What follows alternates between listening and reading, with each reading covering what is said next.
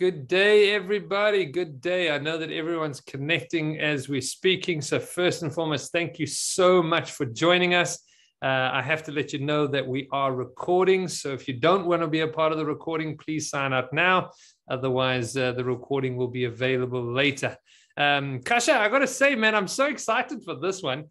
But before we get in, I want to just tell you the belief that I have, and then we can dive into you.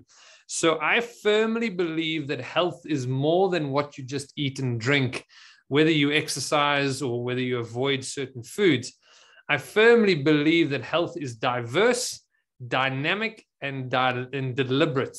I firmly believe that health is not possible under the hand of only one practitioner or one discipline or one healthcare. I firmly believe that health is a person's primary responsibility and must be person-specific. I firmly believe that health must be conversed on a physical, chemical, emotional, mental, spiritual, cultural, racial, and various other determined levels.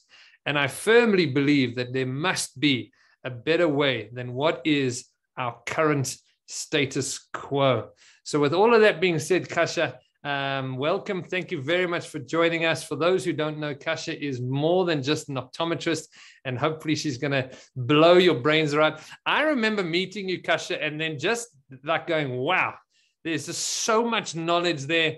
And then you invited me to come do a talk for your people. And I had to try and figure out how chiropractic, the spine, and the eye met. But let's dive in. Kasha, what is it that you do? Thank you, Travis. Yes, so obviously I'm an optometrist, but I've got a big interest in neuro-optometry and among other things. So I look at vision from a different perspective. So when you say that you've got an interest in neuro-optometry, how did this interest come about? Let's get some background. So I studied in South Africa, and first of all, I had a big interest in pediatrics. So then I got to see a lot of special need kids with autism and a few with a brain injury, and there was a lot of visual behavior that I did not understand. So first of all, I studied further in behavioral optometry, which has got to do with visual skills and vision function. But then I realized there's a different field, the neuro field. And I had a lot of patients with brain injuries, special needs patients that I wanted to help more. And then I started with a journey in America with neuro-optometry training. So I'm busy with my fellowship in neuro-optometry. It's an ongoing process. So you know what, we learn all the time. And when you talk about neuro-optometry, I mean, we've got mostly people here that are sort of lay people. How would you define neuro-optometry? In very simple terms, vision is not just black and white, and vision is not just about clarity. Neuro-optometry is in essence about the integration of your neurovision pathways in your brain. So I would define neuro-optometry as the integration between focal vision and ambient vision. So now you're going to have to give us more. What is focal vision and what is ambient vision? Give me those in easy terms. Okay. So focal vision is what most of us understand vision is about. It's about detail and the ability to see clearly. So ambient vision is about the integration of vision information with our other sensory systems. So if I can take a step back, we have lots of vision information that we need to process all the time. And our brain needs to have a system to organize this vision information, because otherwise it can be a little bit overwhelming. So we've got two pathways that carry vision information. The one is called the focal pathway.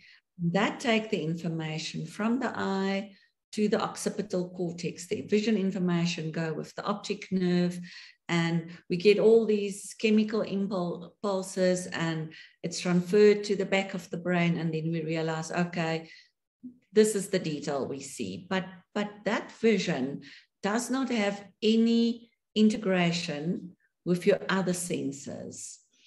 And it does not play a role in stability of vision, spatial processing, and things like that. So we have a different pathway, which is called the ambient pathway. It works with a different tract in the brain, and it carries different type of vision information. It carries information about where we are in space, where we are, where other people are. This visual information is integrated with all your sensory systems. So I mean, I think at that point, to interrupt you, Kasha, I think what is important for people to understand that, you know, we're not just what we see or what we hear. What you're saying is the information that comes from our senses is then brought into the brain for the brain to process all of that information together to be able to make a right decision. Yes, so that we can make sense of our world, to plan our next move, to know where we are in space, but also to give us visual stability. If we walk, we don't have the floor going up and down with us. And that is because this other vision information is linked with our vestibular system, so that we can make a compensatory movement to keep our vision stable. So a lot of people don't think of vision to integrate with balance and to integrate with your hearing and your proprioceptive system. So let's ask an important question. When the brain is processing visual information correctly with the other senses, and again, we're not just talking about sight, smell, hearing, taste, and touch. As you mentioned, you know, vestibular is an internal sense in my definition. So it's something that the ear produces, but it's a production that occurs through the inner ear. If the brain is processing all of the sensory information correctly, what benefit is that for us as a human, as a human being? It gives us everything, give us the same answer. So our visual system and our proprioceptive system, that information will match. If it doesn't match, we get confusion. If everything works together, it really reinforces where we are in space, how far are things away from us, where's the floor? I can see the floor is so far away. If I feel with my feet, it feels so far away. But if what my vision tells me and what my other senses is telling me does not match, it creates confusion. And that confusion makes it very difficult to cope in the world. And when you talk about confusion, can you bring it down to perhaps signs and symptoms that people are going to, experience on a regular basis? So I think let me first define the two types of confusion. Right. So the one type of confusion is when our central vision and our peripheral vision do not integrate. Then it's like we don't have a filter. So maybe if I could just take a second to explain that. When we look, we cannot process everything that we're looking at the same time. If I look at people in an audience, I can't put all of their faces in focus at the same time. I would look at one person. That person would be my focal point, and then I will have awareness of the rest.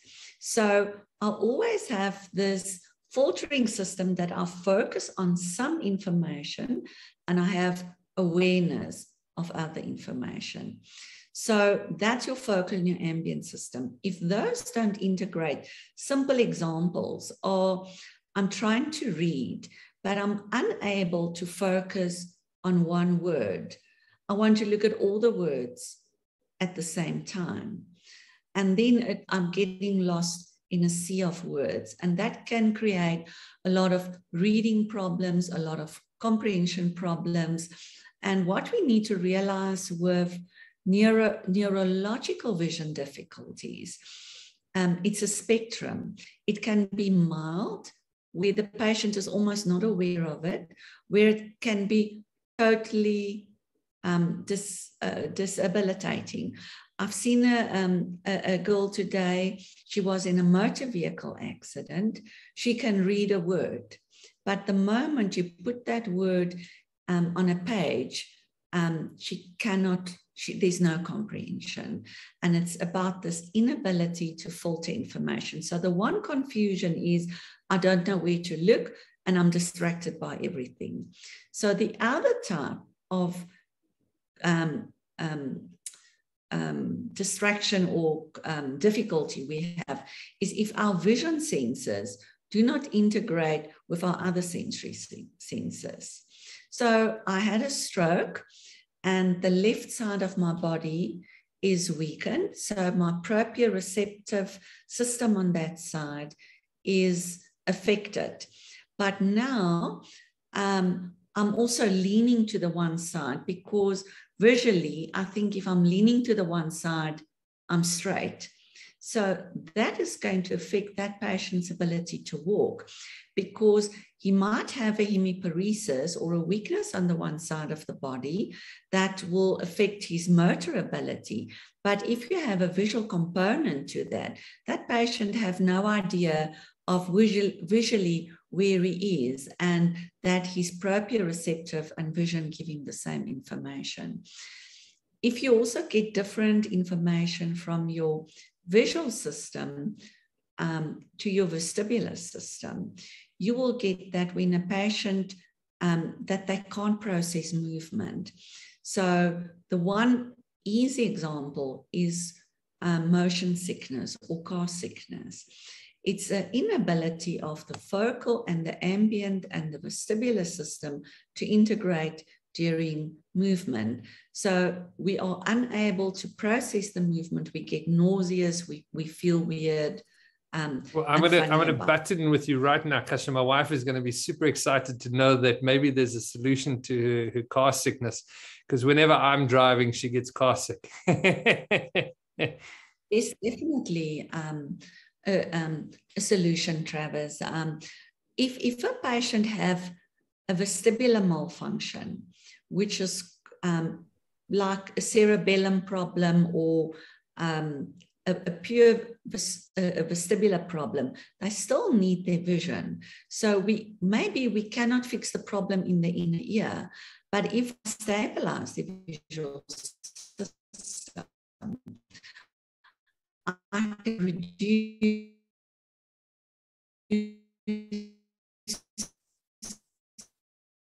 my patients. So for me, if I get a question, what's neuro-optometry? Neuro-optometry is about balance and integration. It's about integration of visual information and sensors. And Kasha, I mean, that's why I enjoy, listening to you and talking with you, is because that's what I believe chiropractic is really good for, is helping people to balance their sensory information with motor response. Someone's asked a question, and I think it's a really valuable question. I'm going to ask it in two ways. So number one, what would you say are the causes of these kind of disturbances or confusions that occur? And my second question to that is, how common are these things that you're talking about? Okay. So let me start with the first question, the causes. There are multiple causes. The one cause is developmental. Your ambient and focal system is not fully integrated and developed at birth. So what it means, we have visual skills that need to develop. We have integration between proprioception and vision that needs to happen. So you can have the developmental difficulties, especially in children with sensory integration difficulties, or your children, for example, with autism and cerebral palsy that have difficulties in the development of the integration. But then you can also have a person where they had normal integration and a neurological event happened. Now, people think a brain injury is when you do an MRI and the MRI shows there's brain damage. A brain injury can be very subtle, because this is the speed of different types of vision information that needs to be integrated. So even a mild concussion can interfere with the speed in which the brain can process and integrate this information, causing mismatches. So you can have a patient that had a stroke, a patient that had a brain tumor. You can have a patient that had a sports injury. You can have a patient with a tumor, but even neurological difficulties like MS, Parkinson's, for example, is a good example, because your vision and your posture needs to be linked. So with Parkinson's, we have a lot of processing difficulties, but we also have a change in posture. So what sometimes then happens is the patient is leaning forward, but over time, the vision system make an adjustment where he thinks leaning forward is straight up. And that reinforces the poor posture. So many different reasons. If you don't mind, I want to link into a few things. Number one, you talked about developmental. You and I come from an era where ADD, ADHD, sensory integration dysfunction wasn't commonly diagnosed. It's certainly a lot better understood now. I always make a joke that I feel that I'm a retired ADD person. I've put it behind me, but certainly a lot of people I know, perhaps haven't developed correctly in this regard, are a functional adult at this point in time. They can hold a job and they've got a relationship and those kind of things, but they are, struggling on a regular basis without knowing where to start looking. So I think that for me is an important one. The other one that I think you've linked in, which is really important, is the minor car accidents. Whiplash is something that I see all the time, and it's at 25 kilometers an hour. So most people will tell me that they've had a minor car accident. The car rolled 5 times, flipped in the air and landed, and that's a mild car accident. That's not mild. And so what you're saying is that something like that is going to create these kind of disturbances. And then the last one is you mentioned posture. I see people, particularly now with the COVID pandemic, just sitting at a computer, long hours, most often in the wrong position. And I can imagine that what you're saying is having an impact in that area. So if you don't mind, just try and address those 3 things. I will. Let me just get back to one last thing that will cause these difficulties. I'm sorry for interrupting you, Casha. Yeah, no problem. And that is stress. Stress can also affect the neurological integration of vision information. I will give you a good example. You are late, and now you are stressed, and you're looking for your car keys. You can't find it. Okay, is it a visual acuity problem? No. What have happened in that moment, you have become over-focalized and you're not using your ambient vision properly. So what it means is you're looking for it, but you don't process the periphery. And that's a good example of what we often see with patients. They become so stressed, and the stress might be a physical stress, like a medical illness or a physical brain injury, but it can also be an emotional stress that puts their whole system out of balance.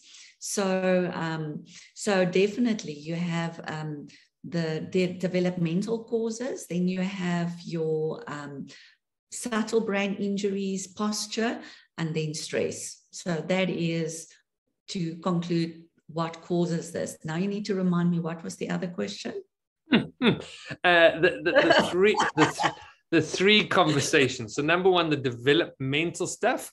So there's a lot of adults here, perhaps on the call, that are functional, but they haven't developed correctly, and then are perhaps dealing with different things now that could be resolved.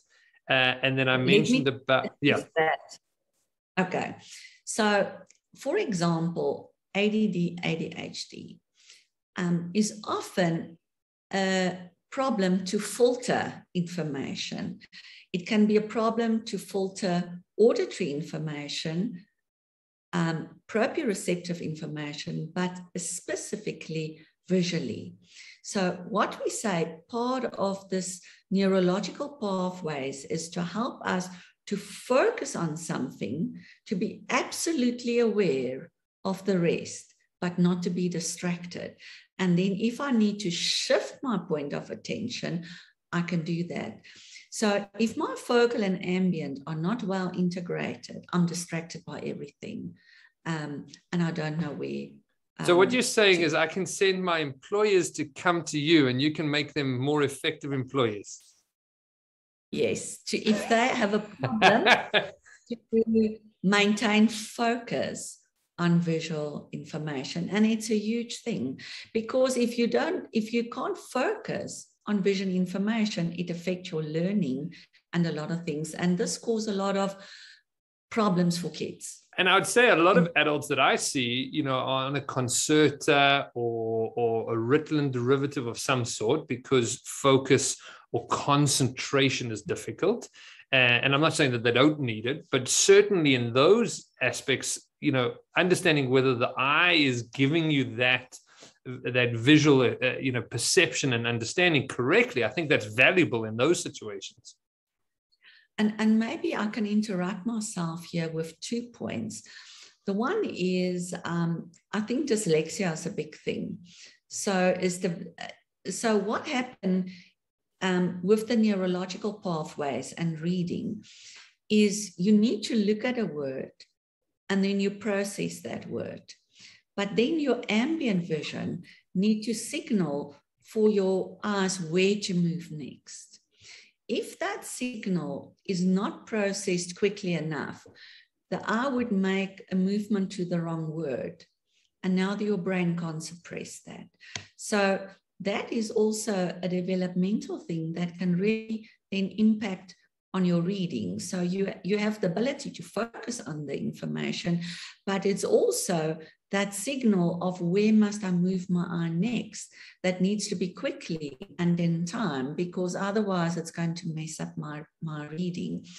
And I can also say another thing, because I've only concentrated on the focal and ambient vision of vision, but we also have clarity and comfort. So clarity means we can see the word clearly. Comfort means I need my eye muscles to be able to respond in such a way that I can maintain my focus and my alignment on that period of on that vision information. So ADD can come from a difficulty to integrate focal and ambient vision, but it also can come from poor visual skills. And now it's effort to keep my eyes aligned on the book. So now the child will not say, listen, it is uncomfortable. He's just going to avoid close-up work. So that's where there are really many aspects to the vision. And then, if you don't mind, just deal with the poor posture. I think that for me was my next important. And then I've got some really nice questions that I think we could answer as well. So in terms of poor posture, a person staring at a computer screen all day long, in the wrong posture, I can talk about how that influences the first 3 vertebrae. But from your side, how does sitting at a computer, wrong posture, long hours, wrong lighting, how does that influence what we're talking about tonight, Casha? That's a very good question, Travis. So I think what's important of the visual system, it needs to be flexible. If we do close-up work, if we look at that screen all the time, your eyes need to accommodate and you need to convert to keep a clear image and to keep the image single all the time. That requires effort. So from a postural point of view, yes, sitting forward can create stress on your neck and muscles, and it can cause a headache. As we get a headache, do we relax our visual system? No, we focus even harder. I find one of the biggest problems with our patients is not that they cannot use their visual system, but they do not know how to relax their visual system. And sustained and excessive close-up work is a big culprit there, because we need to move. You need to look at different distances to give your visual system a time to relax and look further, just like you need to give your neck muscles a time to relax and to stretch in the other direction. It's the same with your visual system. So what is also difficult is you can get poor posture because of a physical disability, like CD or a problem with the spine, like you would know. But the problem with chronic poor posture is your posture and your visual system is intact. And after a while, your visual system takes that as the normal. And that is then when it becomes more problematic. So poor posture from computer work can cause a problem that it can affect your ability to process because a lot of people, they're sitting forward like this all the time. They don't know it. After a while, their back gets sore and then they stretch because proprioceptively and visually, they don't get that alarm to say, listen, I'm hunched forward. And that's a good example of what incomplete posture do. But I think the other thing is not just the posture, but it's the excessive close-up work. So a lot of our lifestyle in the new century is not optimal for good health, because number one, we have postural issues, but also to do sustained close-up work where you do not relax your focus will affect your visual skills. So you can have a child where visual skills in terms of using the eye muscles together does not develop properly, and that can affect them when they enter grade 1 with their reading and things. But then you can also have a child where those skills developed, but because of overuse of the visual system, excessive iPad, excessive iPhone, now those visual skills break down.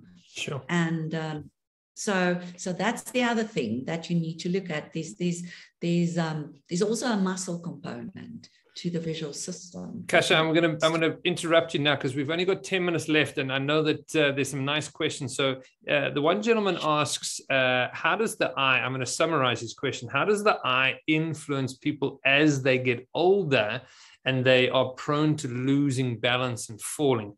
Where is the eye's responsibility or part in that? Okay, that's a very good question. So your vision and your balance go hand in hand. So what's very important when we move, when our body moves, and if we move our head, our eyes always need to move together as a team. So as we get older and our balance get weaker, it's very important that if we move our eyes, that our eyes need to work as a team. So if I have one eye that wants to drift out, or I have difficulty to keep my eyes together, that can also impact then my balance as I'm getting older, because my ability to keep my eyes moving together all the time as a team and as a unit is effective. And then you need to train that. So that's a summary of that. Thank you. Thank you. The next person asked, can eye problems cause mood changes? He had a retina dislodged, and after the surgery, he was really down. I think this is a very cool question in terms of how the processing of the information from the eye affects neurochemistry. I think you've got a lot there. Okay, so obviously our vision is part of the autonomic nervous system, number one. And our autonomic nervous system is sympathetic and parasympathetic. So the one side will cause the pupil to constrict, and it will stimulate accommodation and convergence. The other side, the opposite. So if we have a traumatic experience like that, number one, it's going to impact the autonomic nervous system because it's a major stress. And it's difficult to recover to balance, because if we are something like that, it's like the body can stay in a stress mode. If your body stays in a stress mode, your visual system is not going to function optimally. Another very important consideration, of course, is the eye with the retinal detachment. Was that the patient's dominant eye or not? Because that will also affect how they will cope with it. What I find is if the injury affects the dominant eye, it is much more difficult for those patients to continue with their life. And everyone tells them, what's your problem? You still have another eye. It's not so simple. And it definitely affects. So if I could interrupt myself again, your stress will affect the function of your visual system. It will affect your ability to process information in your remaining eye that you don't do it optimally. So I could have lost one eye, but it doesn't mean now that the eye that is remaining is processing and functioning optimally. It's something we need to consider. Two people have asked questions, Kasha, in terms of what are some of the solutions. We certainly don't have a lot of time to sort of go into that. What I will say is when I went to your office and had a full assessment, for me, it was amazing, all the different aspects. And I think if you don't mind, the two things that interested me the most, and perhaps will interest the patients, the people on the call, is the color and light therapy. And the other one is the prisms. Quickly, you've got 5.5 minutes and I've still got to ask my last two questions. So quickly dive into those two. Okay, so a lot of our neurological processing is about where things are. It is where am I in space and where things are, because that is what we need to be grounded.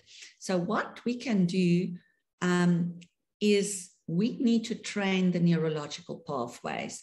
I need to train focal and ambient, and it's normally the ambient that keeps me grounded, and my ambient is my aware pathway. So how do I train that? I use prisms where I create a mismatch in the brain, where my patient look at something and he thinks it's at one point, but I've moved it to a different point. So now there's a proper mismatch between proprioceptive and vision, and the patient's brain know there's something definitely wrong. And that helped the patient to recalibrate those vision pathways. So we use that either in therapy. I just find that just so exciting that you can actually trick the brain more for the brain to then say, hang on a second, there's something wrong. I just think that is so cool. And in my office, I talk so much about awareness. And when I wore those glasses with the prisms on, I could feel like I was walking all over the place, and how your brain has to try and control every part of your body to regulate.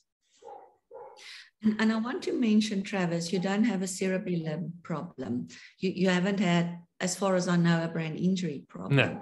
So imagine a patient that have other difficulties as well. We don't always understand the magnitude of the frustration they're sitting with. Sure. We've got 3.5 minutes left. Okay, so finish quickly, and then I can ask my last two questions. Okay, so lights got to do with spatial frequencies. So your whole brain is about electrical impulses. So what we know is if you change the frequency of light that enter the eye, you can literally change almost the brain function without medication or putting something into it. So it's a whole field on its own. We use that for headaches, for stress, but definitely then to integrate these neural pathways. It's nothing to do with the color. It's got to do with a spatial frequency, and it's got to do then with balance in the autonomic nervous system. There's not time to explain more. Casha, I mean, I remember every time I've listened to you talk, I just sit there and go, oh my goodness, I need to learn a lot more. So Casha, thank you so much. Okay, so first question, what would you like the future of healthcare to look like from your perspective? And second question, how do we move in that direction? Before you answer, I want to thank everyone for attending the talk. It will be available on our YouTube. You can message me directly. Thank you very much, Casha. So what would you like the future of healthcare, and how do we move in that direction? I think the first, for me, I would like vision to be part as the neuro rehab process. It's poorly understood and it's not utilized. And a lot of patients don't get the help they need. And there's a lot more I can say, but let me stop with that. That's my biggest dream. And then I think, how do we get there? I think number one, the first thing is funding. A lot of the neuro work we do is not paid by medical aids because it's not known. And that's a big frustration. So I think I'm working with the South African Optometric Association. We've already established neuro-optometric codes. Our next challenge now is to get it to the medical aids to acknowledge that. So I think the major thing is education. We need to educate our patients. We need to educate different healthcare practitioners. I need to understand if I have a patient with certain problems, what can I do? But where do I need to refer that patient? What are the different options? So I think what's very important as a healthcare profession, not just to understand your own profession, but to understand other healthcare professions. And I think by doing a meeting like this, we are opening those doors. So we need to educate healthcare professionals. We need to educate our patients. We also need to educate our medical aids. And it's a humongous task. Well, Casha, I know that you're up for the task, and with people like you, and I know that there's some wonderful people in this talk. I think we've got it. So we just keep pushing forward. And Casha, thank you so much for being on this call. I would love to have you on again at some point, and I'm sure there's some really nice messages that are coming.